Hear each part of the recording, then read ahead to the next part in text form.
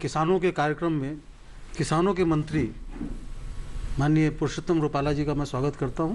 आप कृषि राज्य मंत्री हैं भारत सरकार में। नमस्कार। हमारे साथ में तेज तर्रार सांसद जनता दल यू के अली अनवर जी, जो पत्रकार भी हैं और राज्यसभा सदस्य हैं। हमारी दूसरी तरफ बैठे हुए हैं जगदीश दत्तात्रेय उपासने जी, ये वरिष्ठ पत्रकार हैं, पहले इंडिया टुडे में संपादक रहे हैं। और मैं शुरुआत करूंगा मंत्री महोदय से कि इस बजट को की कोई तारीफ क्यों करे?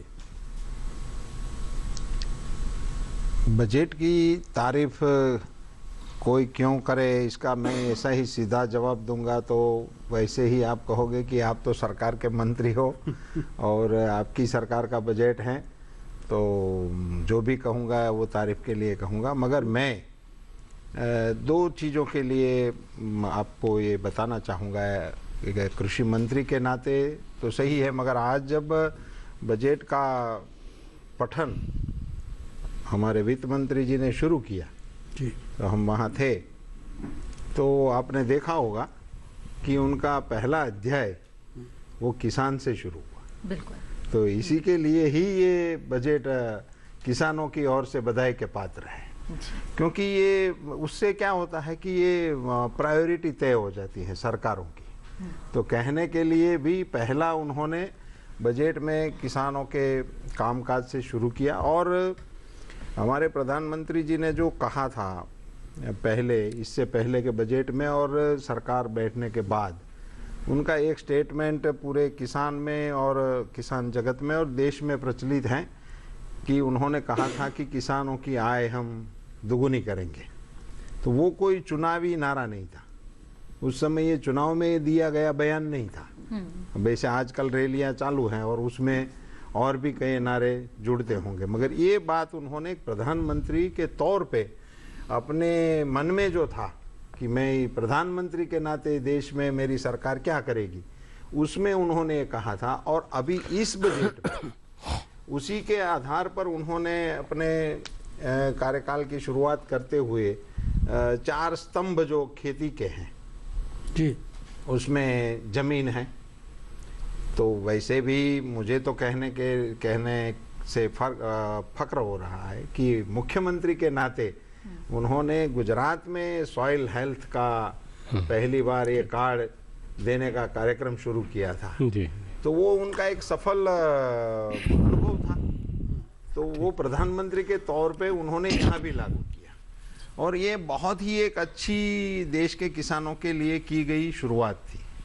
तो अभी इसी बजट को लेकर आपका सवाल है कि इस बजट की तारीफ कोई क्यों करे जी, तो ये मैंने इसलिए आपके सामने इतनी भूमिका बनाई कि जो कहते हैं वो करने का इरादा इस बजट में भी उन्होंने प्रदर्शित किया है। और जो ये अपनी सॉइल हेल्थ का जो कार्ड देने का कार्यक्रम पूरे देश के किसानों के लिए चलाया जा रहा है जी, उसको और गति देने का प्रावधान इस बजट में किया है।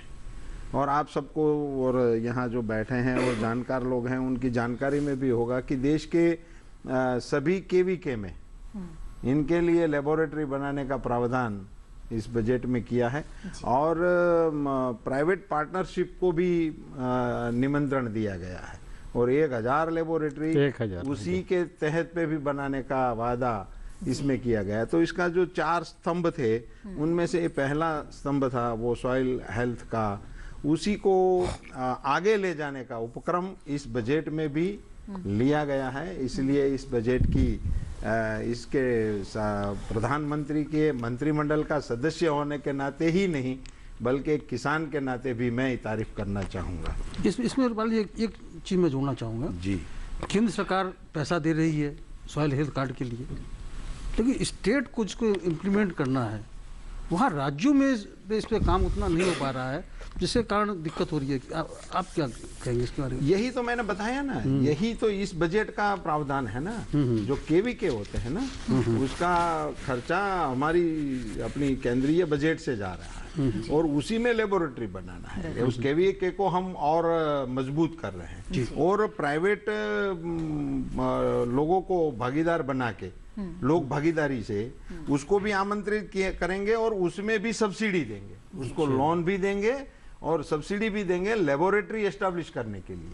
यही जो सरकारों को समस्या थी उसी का ही हल था। ये नया फीचर इस बार ये इसमें इस बजट में ये नया प्रावधान किया गया है कि वो सॉइल हेल्थ के लिए लेबोरेटरी बनाने का प्रावधान और लोन के साथ और सब्सिडी के साथ जी जी वो किया गया है। और ऐसी 1000 लेबोरेटरी प्रस्थापित करने का प्रस्ताव इस बजट में किया गया है।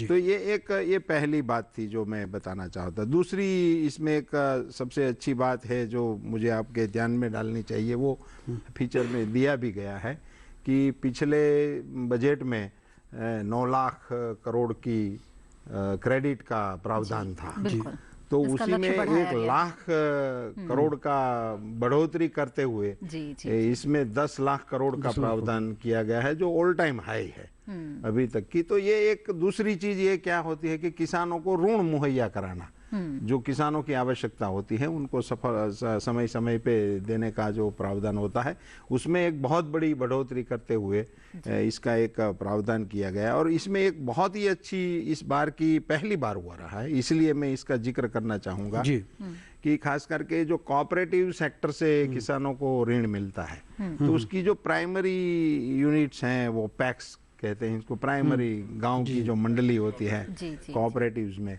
और इनको मजबूती देने के लिए और इनका कंप्यूटराइजेशन करने के लिए इस बजट में 1900 करोड़ का प्रावधान किया गया है और टारगेट दिया गया है करीब 63,000 पैक्स को कंप्यूटराइज किया जाएगा।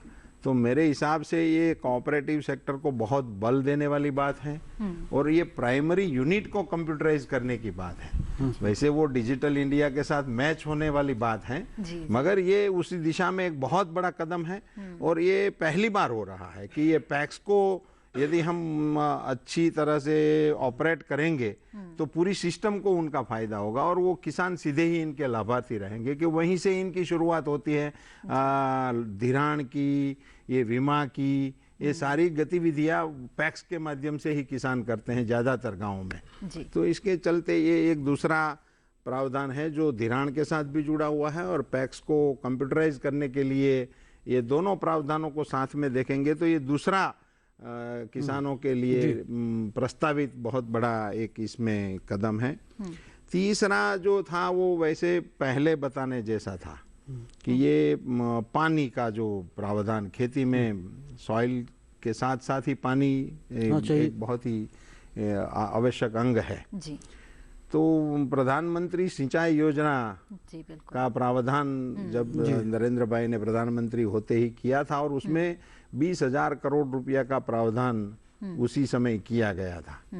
मगर इसकी सबसे बड़ी जो बात जो मुझे आपके माध्यम से किसानों तक पहुंचानी है और खास करके ग्राम्य स्तर में और डिस्ट्रिक्ट लेवल पे काम करने वाले जो लोग हैं, अधिकारी और लीडर्स, डिस्ट्रिक्ट लीडर्स, उनके ध्यान में डालने जैसी एक चीज है, वो ये है कि इस प्रधानमंत्री सिंचाई योजना में एक प्रावधान ये है कि वहाँ डिस्ट्रिक्ट इरिगेशन प्लान बनाया जाएगा। अच्छा। और वो प्लान, डिस्ट्रिक्ट इरिगेशन प्लान का मतलब ये बनता है कि वो जो डिस्ट्रिक्ट में बन रहा है, जो जिला बना रहा है, वो लोग वहाँ के रिसोर्स को देख के उनकी आवश्यकताओं को, इनको दोहन करने की क्षमता को, इनका यूटिलाइजेशन करने की क्षमता को और वहाँ की ज़रूरियातों को, इन सभी का मेल बिठा के डिस्ट्रिक्ट इरिगेशन प्लान बनाएंगे और उसका फंडिंग भी ये प्रधानमंत्री सिंचाई योजना से होगा। आखिर में इनका फायदा तो इतना बड़ा होने को जा रहा है जो आज हमारे ध्यान में नहीं है, वो ये है कि इस साल मेरे अंदाज से मोर देन 90% डिस्ट्रिक्ट का ये प्लान बन गया है। अच्छा। ये प्रधानमंत्री सिंचाई योजना के तहत वो आगे बढ़ के यदि जो 1-2 साल के अंतराल में जब पूरा बन जाएगा तो ये सारे के सारा अमल हो जाएगा, ये मेरा कहना नहीं है। पर सरकार को जब भी इस काम में आगे बढ़ाना होगा तो उनके पास पूरे देश का बेसिक डेटा हो जाएगा। इसका किस राज्य में फाइनेंस ये प्रधानमंत्री सिंचाई योजना से जाएगा। और ये जो 20,000 करोड़ का प्रावधान था उसमें अतिरिक्त 20,000 करोड़ का इस बजट में प्रस्तावित है। तो ये 40,000 करोड़ मतलब ये दुगुना हो जाएगा। तो एक और ये और इसका ये और एक दूसरा पहलू इस योजना का ये भी था, जो भी बहुत ही मेरे हिसाब से प्रशंसनीय है कि ये प्रधानमंत्री सिंचाई योजना, मतलब ये सिंचाई योजना का व्याप વધારना, इसको एरिया बढ़ाना, वो तो होता ही है किसी भी योजना के लिए, मगर इसमें खास करके जो योजनाएं विलंबित थी, जिनका गठन हो गया था, जो प्रस्तावित हो गई थी, जो शुरू हो गई थी, मगर कई योजनाएं ऐसी बन के फिर आधी अधूरी लटकती रहती थी, और वो भी 1 साल 2 साल ऐसा नहीं, 15 साल 20 साल तक ये योजनाएं खत्म नहीं होती है, और उसमें बहुत भारी रकम लग जाती है, और लग जाने के बाद भी वो इसका किसान को उपयोग में नहीं आता है, तो जो राशि लग जाती है वो भी फिजूल की बन जाती है, और उनका फायदा भी हमको तो बजट में इन बातों का ध्यान रखा गया है कि तो सीधे नहीं, किसानों इसी को में उसका प्रधानमंत्री फायदा सिंचाई मिले। योजना के तहत ऐसी 95 योजनाओं को चिन्हित किया गया है, जी और उनमें से मुझे कहते हुए बहुत हर्ष हो रहा है कि इसी साल 20 योजनाओं को पूरा भी कर दिया।